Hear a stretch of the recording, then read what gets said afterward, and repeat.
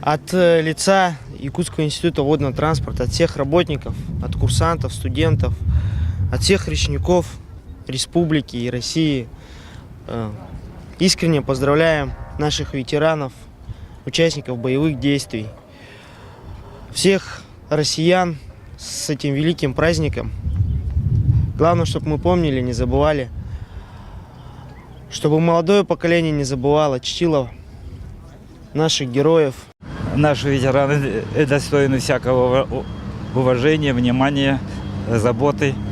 И, так сказать, я от всей души желаю их, так сказать, побольше находиться среди молодежи, насколько возможно, вспоминать о всех их тех подвигах.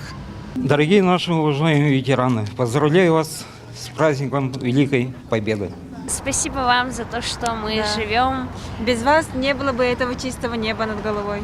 Уважаемые ветераны, дорогие дети войны, участники боевых действий, труженики тыла, поздравляю всех нас от лица молодого поколения с наступающим праздником 9 мая, с великим праздником, с Днем Победы. Эта победа для нас далась действительно очень тяжело, и мы потеряли очень много людей так таково, но в наших сердцах тот подвиг русского народа, который мы совершили, поэтому я желаю всем, чтобы у нас было чистое небо над нашими головами. Уважаемые ветераны, поздравляем вас с наступающим праздником 9 мая. Желаем вам всех благ, здоровья, счастья, любви, близких. Спасибо вам за победу.